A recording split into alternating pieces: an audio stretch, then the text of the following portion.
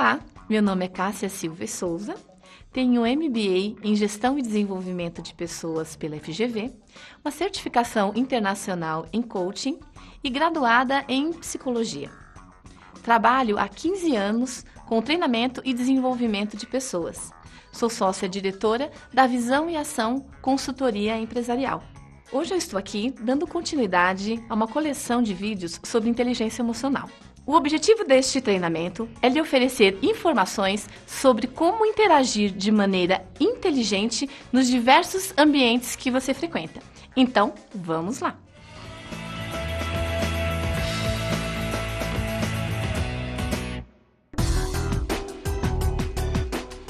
Desde 1995, quando o conceito de inteligência emocional veio à tona com o trabalho do psicólogo e jornalista norte-americano Daniel Goleman, as empresas passaram a olhar com outros olhos para a questão do perfil psicológico de seus profissionais. Podemos considerar que hoje as características emocionais de uma pessoa valem tanto quanto suas habilidades técnicas? Sem dúvida nenhuma. Na verdade, valem tanto ou até mais. Hoje, sabemos que o QI não é garantia de sucesso, muito pelo contrário. Na ausência do QE, nós podemos observar alguns fracassos no ambiente do mundo corporativo. De maneira nenhuma estamos fazendo aqui uma apologia ao não conhecimento técnico, muito pelo contrário.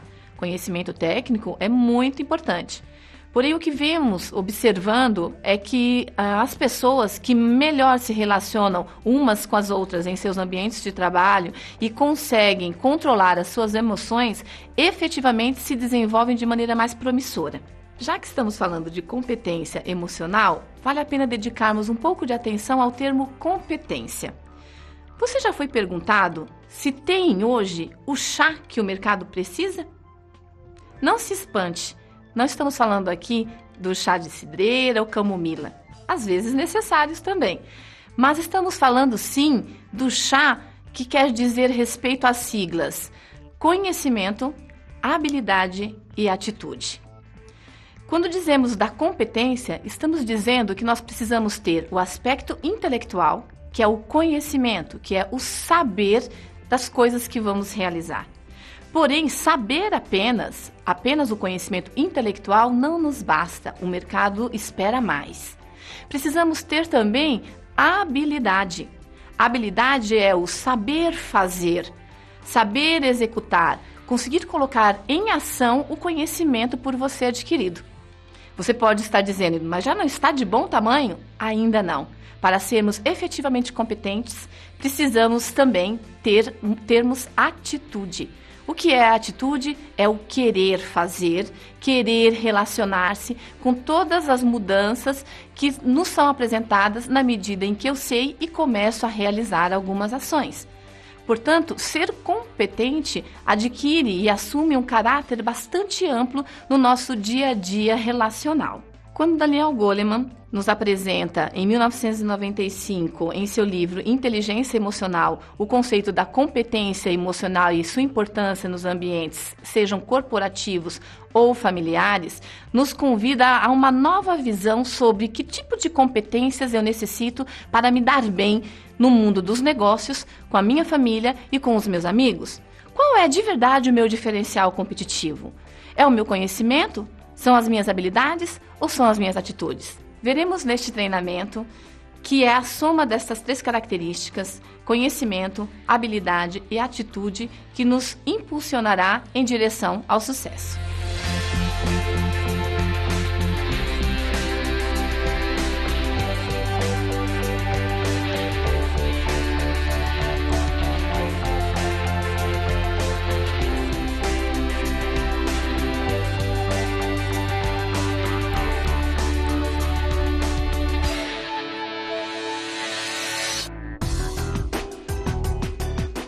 Goleman, em seu livro, afirma que as aptidões emocionais podem e devem ser desenvolvidas no ambiente familiar e na escola.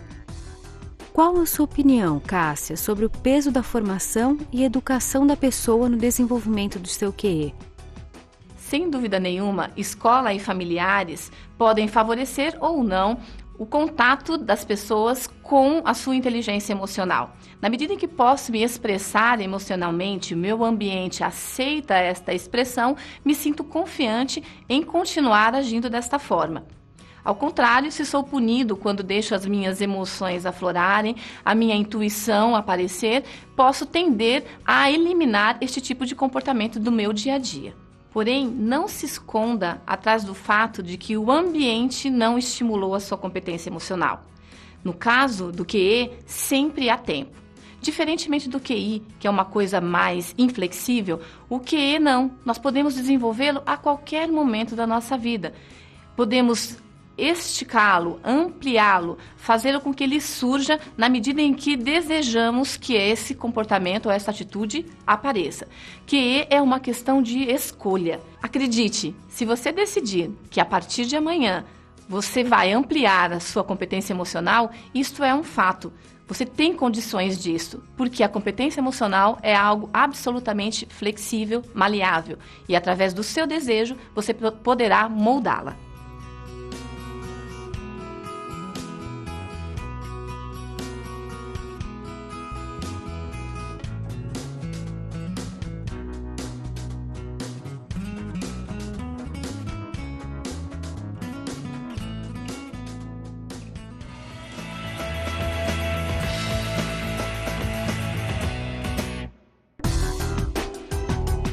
Todo profissional, para ser bem-sucedido, deve perseguir a excelência em sua atividade.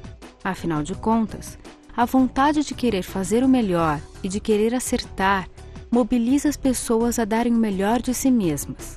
Agora, quando essa disposição excede os limites e começa a gerar uma impaciência, uma angústia, uma pressa que atinge os outros e compromete o desenvolvimento de tarefas, é hora de o alarme soar. E aí, especialista, o que fazer quando a ansiedade se instala? A ansiedade é uma sensação, um sentimento que advém do nosso sistema nervoso central, que na via de regra tem a ver com excitações extremas do nosso sistema nervoso central, em função de uma interpretação de uma situação de perigo que consideramos exagerada. Vamos pensar que nem sempre é real, é uma sensação de perigo. Em função de não ser real e de ser apenas uma sensação, parece não fazer sentido. E se isso ganha uma frequência no nosso dia a dia, sem dúvida começa a nos impedir, inclusive, de executar algumas atividades. Vamos imaginar uma situação, por exemplo, que você cria a fantasia de que será demitido.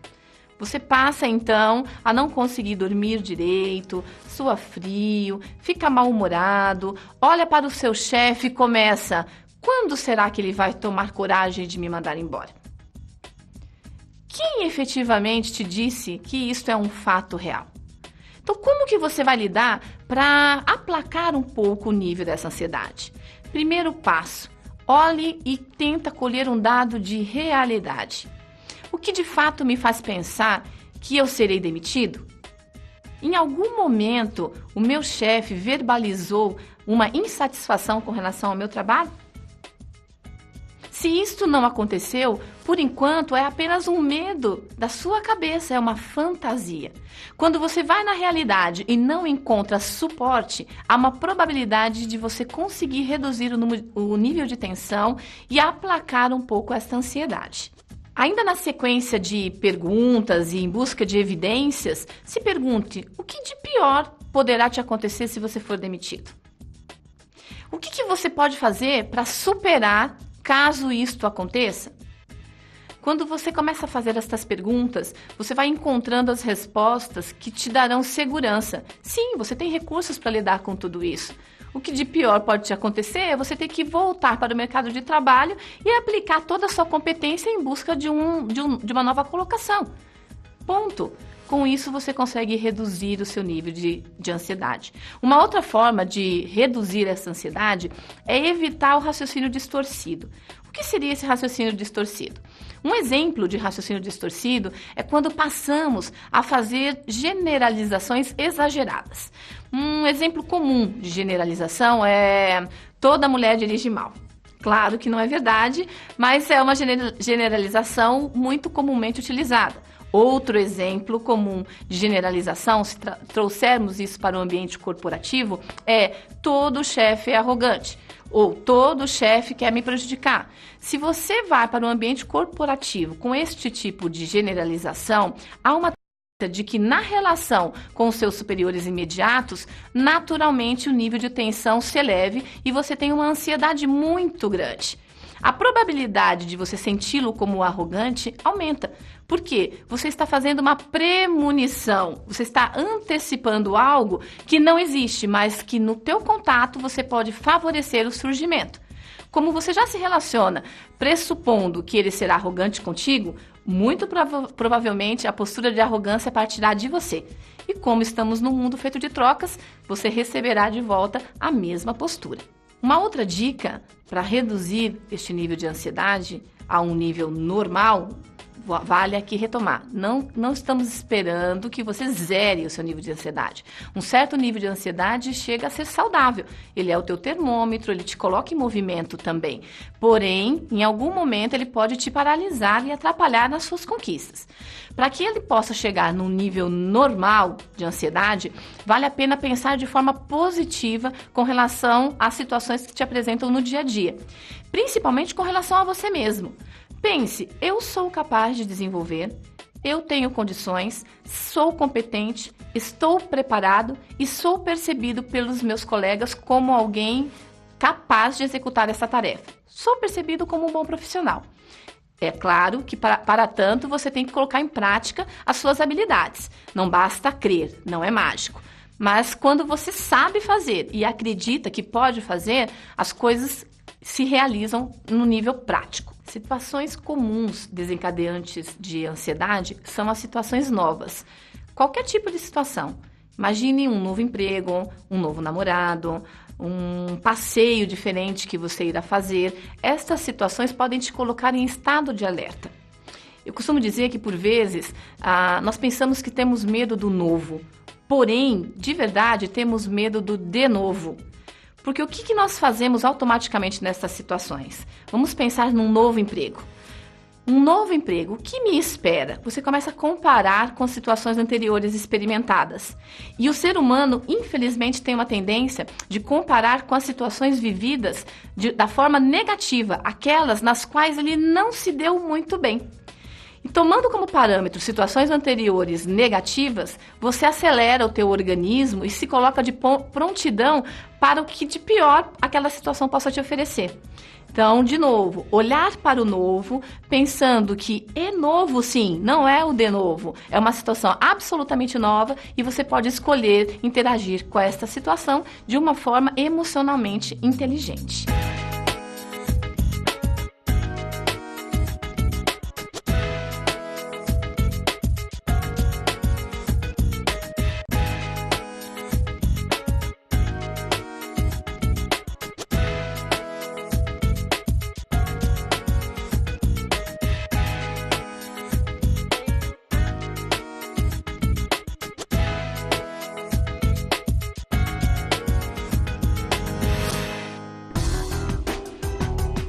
Ter autoconfiança, apostar na intuição, compreender as necessidades alheias.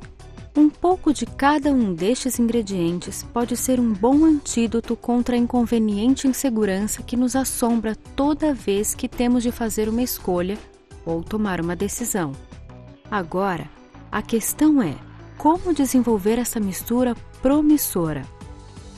Quando falamos em inteligência emocional, a insegurança, ela é um importante aspecto a ser cuidado, a ser administrado.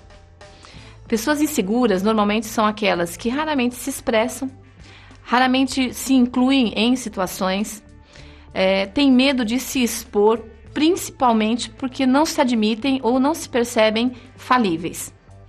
Grande parte da insegurança vem de um momento da nossa vida onde precisávamos de aprovação e talvez não tenhamos conseguido essa aprovação. Que momento é esse que estamos falando? Estamos falando lá atrás, da nossa primeira infância, onde o nosso grande referencial, no caso, a nossa mãe ou um adulto que foi responsável por nós, não foi capaz de suprir, ou melhor, vamos fazer uma releitura. Nós absorvemos daquela relação uma relação insegura e de pouca estima. Não nos sentimos valorizados em algum momento ou em alguma situação e, portanto, nossa estima se rebaixou muito. A partir daí, o que acontece conosco? Nós vamos estar sujeitos a todo instante à aprovação de outras pessoas. Num primeiro momento, da nossa família. Num segundo momento, na escola, com os nossos amigos, com os professores. Daqui a pouco, com o nosso esposo, a nossa esposa. Estas outras pessoas vão ser o suporte que nós precisamos para validar ou não aquela marca, aquela impressão que nos foi imposta lá na nossa primeira infância. A possibilidade de você poder lidar com isso é uma possibilidade muito grande. Até porque, assim como nos conta Goleman, o nosso cérebro não está acabado. Embora na nossa primeira infância seja um momento onde nós desenvolvemos grande parte das características e dos comportamentos em termos de percepção de mundo, ele ainda não está acabado. Nosso cérebro ele está em constante desenvolvimento e até hoje é um desafio e uma incógnita para as várias ciências que o estudam. Portanto, desenvolver a segurança faz parte do nosso desafio cotidiano. Olhar de frente, encarar. Eu consigo? Quantas coisas já consegui na minha vida? Quais foram as minhas conquistas? Quando você começa a identificar todas as conquistas que você já teve, não é possível que você ainda possa se olhar e não se perceber competente para fazer grandes conquistas ou realizações. Eu tenho certeza, se você olhar para você de forma positiva, se perceber competente para mudar e aumentar a sua autoestima, você vai conseguir. Para isso, nós temos algumas ferramentas poderosas que podem te ajudar. Uma delas é a ferramenta do coaching. Coaching é uma ferramenta que te ajuda a pensar e a rever o jeito que você tem encarado a tua vida.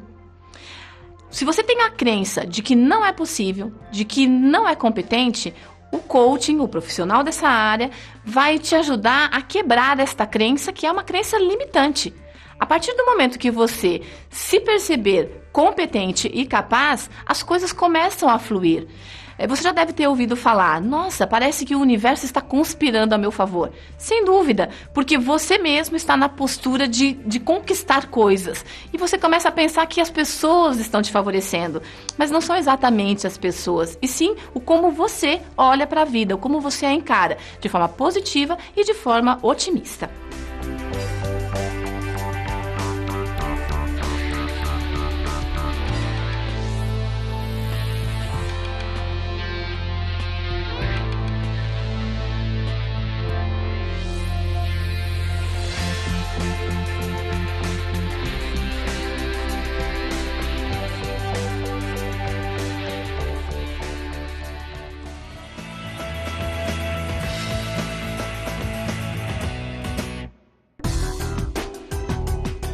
Como já deu para perceber, para adquirir estabilidade e conseguir bons cargos hoje, não basta ter somente competência profissional.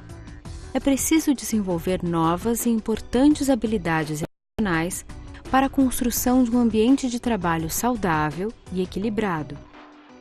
Vamos ouvir da especialista qual é a importância da chamada empatia neste processo. A empatia é, na verdade, muito significativa quando nós tratamos de relacionamentos interpessoais. As pessoas que se relacionam com diferentes níveis de necessidades, expectativas e desejos. Quando eu sou empático, ou seja, quando eu tenho a capacidade de me colocar no lugar do outro, eu sou capaz de respeitá-lo e considerá-lo de acordo com as suas experiências.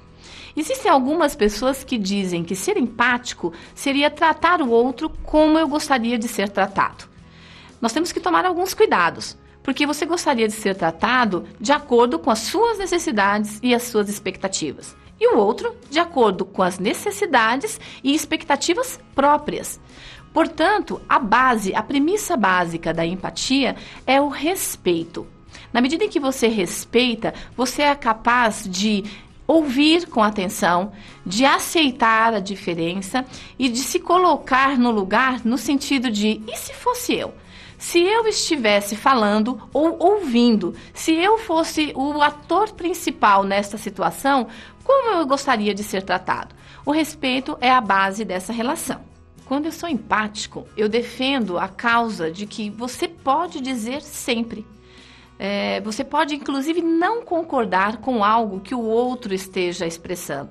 Porém, você vai defender até o final o direito que a pessoa tem de se expressar, de colocar o seu sentimento, de colocar a sua opinião. O empático também, normalmente no ambiente de trabalho, ele é muito benquisto, ele é muito querido, porque como ele tem essa habilidade de respeitar o outro, todos querem estar ao seu redor. O empático é capaz de dizer algo sem ferir os sentimentos dos outros. Vamos pegar uma situação de feedback. O que é o feedback? Primeiramente, essa necessidade ou a capacidade que eu tenho de dar uma devolutiva, de dizer para outro sobre algo que ele precise cuidar, de algo que ele precise melhorar. Então, imaginemos uma situação de trabalho onde você se comprometeu a entregar um projeto em um determinado prazo e você não cumpriu este prazo. Terá que ter um feedback em cima desta ação até para que você possa melhorar, porém existem formas de fazê-lo. Uma pessoa empática irá te dizer, nossa, por algum motivo você não cumpriu o prazo, o que está acontecendo?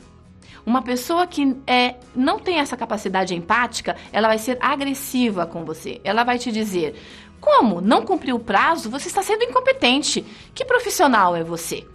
No final das contas, quando você trata o outro com empatia, você avalia um comportamento. Você não generaliza a pessoa como um todo. A capacidade de ser empático faz com que você, além de respeitar, seja respeitado. É a moeda da troca. Fica fácil, então, entender a importância da empatia no ambiente corporativo. Nas empresas onde a competência que cada vez mais está em alta é o trabalho em equipe, saber se respeitar é de fundamental valor. Quando eu respeito o meu colega, eu também eu favoreço o aparecimento de outras competências, como, por exemplo, a capacidade de me comunicar, de me expressar, o estar motivado. Quando eu estou motivado para realizar uma tarefa, eu também estou muito mais comprometido com ela. Se estou comprometido com essa tarefa, automaticamente impactarei nos resultados. E o que as companhias esperam hoje? Resultados. Portanto, desenvolver a empatia é quase uma garantia de um ambiente de trabalho saudável. E ambiente de trabalho saudável, garantia de bons resultados.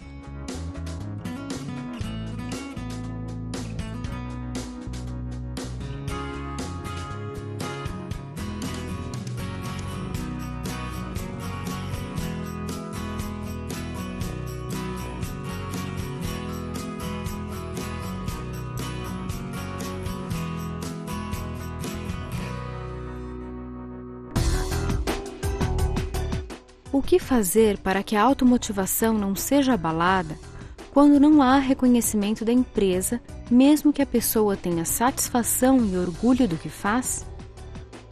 Esse é um grande desafio, principalmente quando estamos aqui neste momento falando de inteligência emocional. É importante que o meio nos reconheça? Sem dúvida nenhuma. Quem de nós não quer ser apreciado, admirado, respeitado e reconhecido pelo seu chefe, pelo seu colega, pelo seu esposo, pelos seus amigos?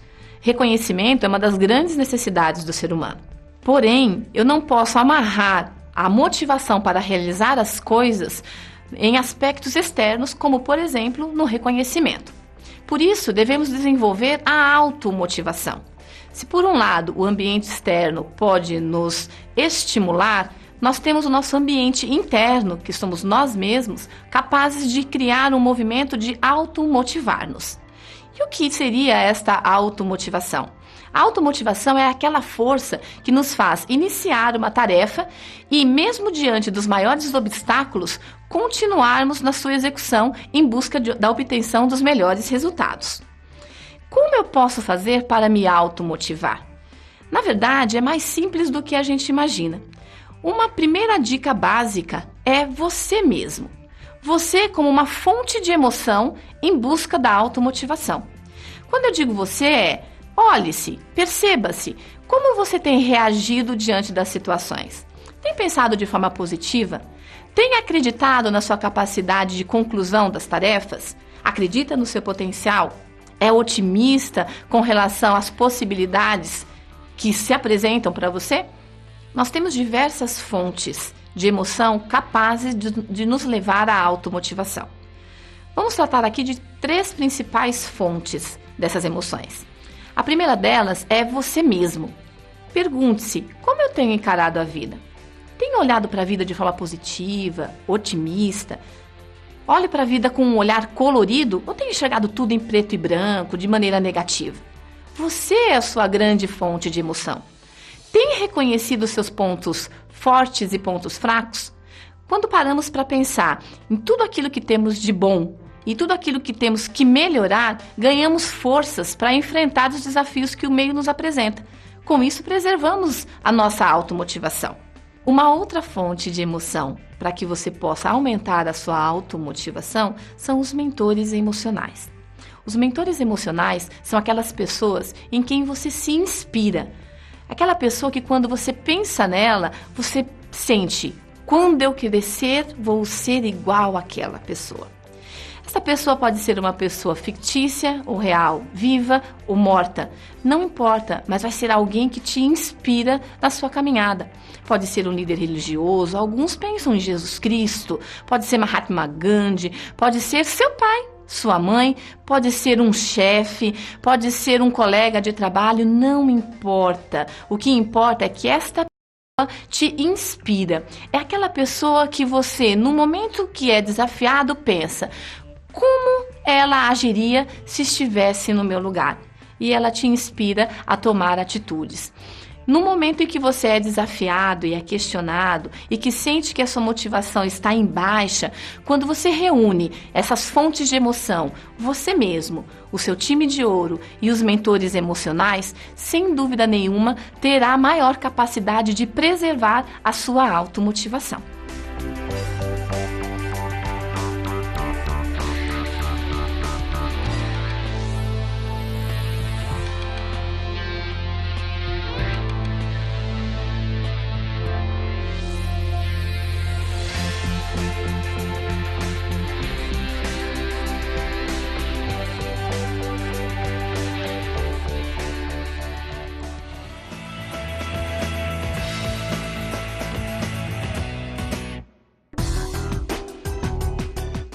Se você pensa que somente aqueles que trabalham com vendas precisam se aprimorar na condução de negociações, está muito enganado.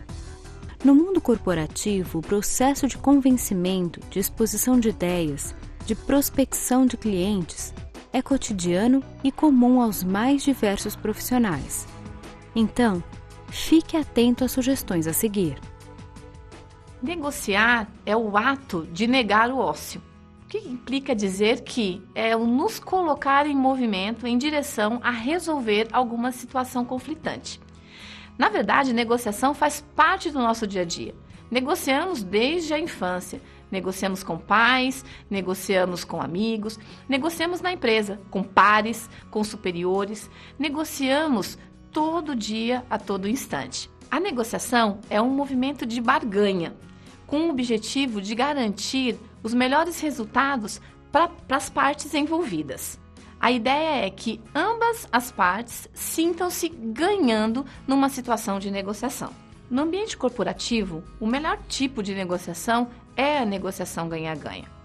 Vamos fazer um paralelo entre a negociação ganha-ganha e a negociação eu ganho, você perde. Vamos começar pela eu ganho, você perde. Imagine-se numa situação onde você está negociando, por exemplo, o valor de uma residência, uma casa. Você vai comprar uma casa.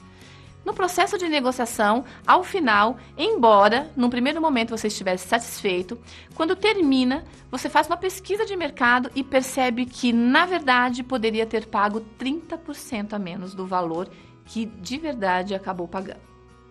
Qual a sua sensação? Via de regra, você se sentirá lesado. O seu desejo em negociar com a outra parte imediatamente vai embora.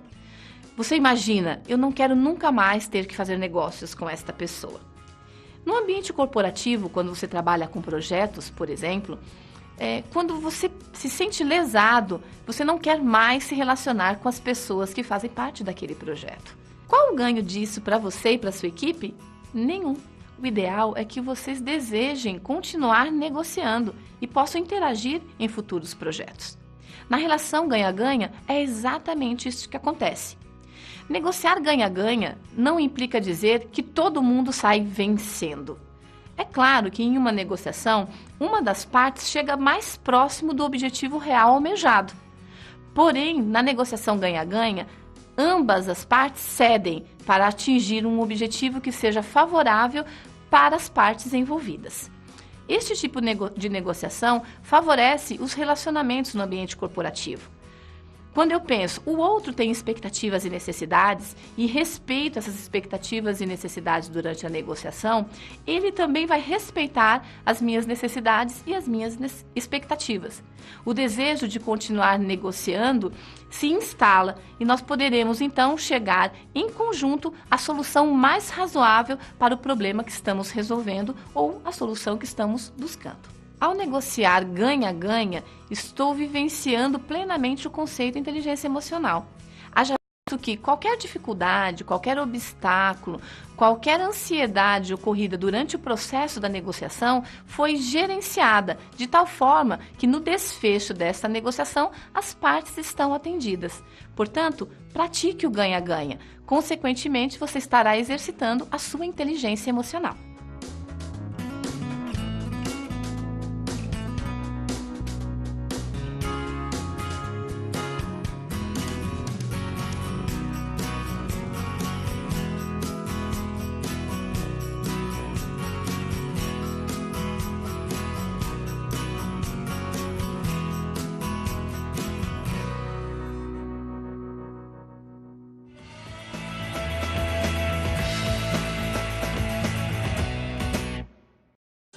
Agora é hora de avaliar a sua inteligência emocional.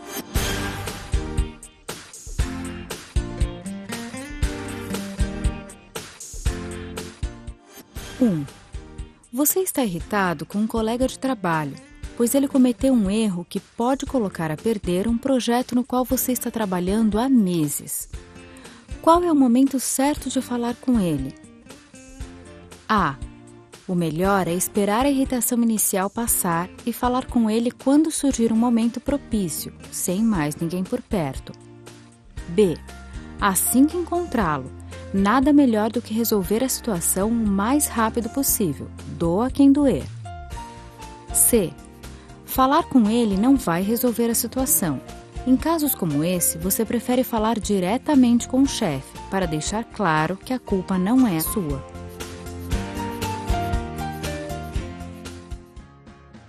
2. A recepcionista de sua empresa costuma ser simpática, mas hoje está em um dia daqueles. Além de não responder seu bom dia, lhe trata com certa agressividade. Como você tende a tratá-la? A. Com simpatia, como sempre. Ela deve ter algum motivo para estar de mau humor, e não é por isso que você vai mudar o seu jeito de ser. B. É claro que você não vai ser mal educado, mas também não vai tratá-la com a mesma gentileza habitual. Se ela está de mau humor, não pode sair por aí descontando nos outros. C. Você tende a tratá-la da mesma forma que ela está tratando você. Quando ela voltar a ser educada, você também voltará, com prazer.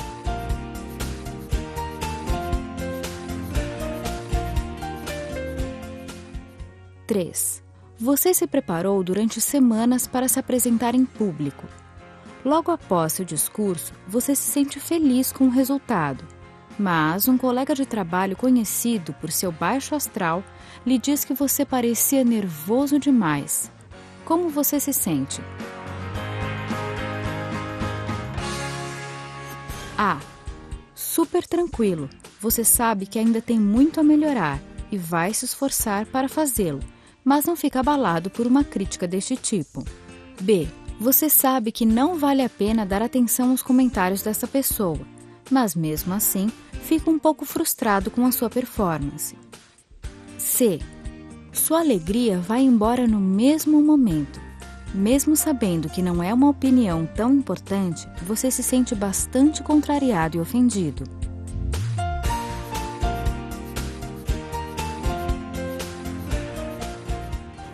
Quatro.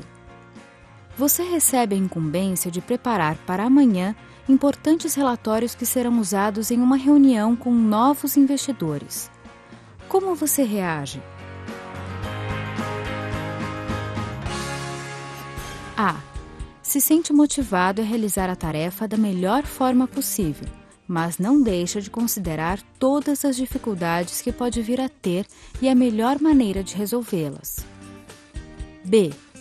Fica muito feliz e aceita a tarefa sem titubear.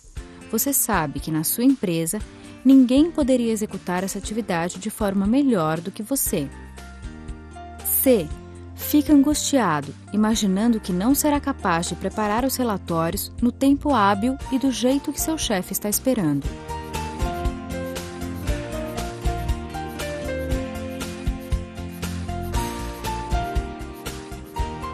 Cinco. Durante uma reunião importante, qual é o seu nível de atenção no comportamento dos outros participantes? A. Extremamente alto. Você presta atenção ao que eles falam, aos gestos, às suas expressões faciais e principalmente às suas reações durante a discussão dos tópicos mais importantes. B. Alto, mas não exagerado. Você procura estar atento a tudo o que eles falam, mas mantém o foco no seu próprio comportamento, pois não quer cometer nenhum deslize na frente de todos. C. Relativamente baixo. Para você, o mais importante é se concentrar completamente nas suas próprias ações.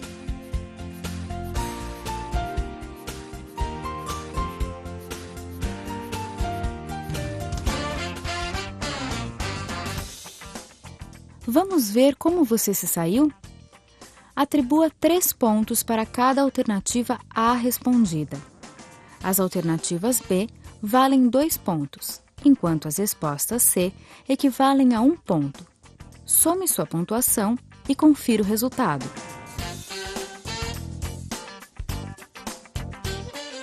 (13 pontos ou mais). Você tem pleno domínio das suas emoções e está pronto para tirar proveito desta valiosa habilidade para alavancar sua carreira. Continue apostando em treinamentos de desenvolvimento pessoal e não se esqueça, investir em si mesmo nunca é demais. Parabéns e sucesso!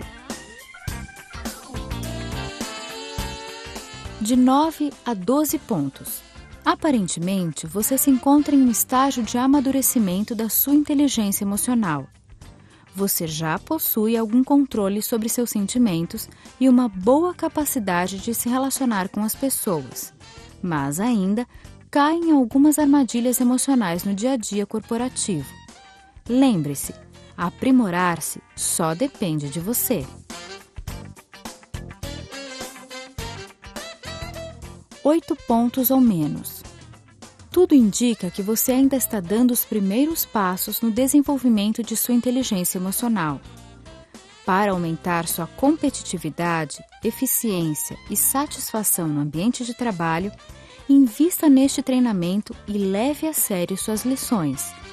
Lembre-se de que é realmente possível assumir o comando dos pensamentos, sentimentos e ações. Boa sorte!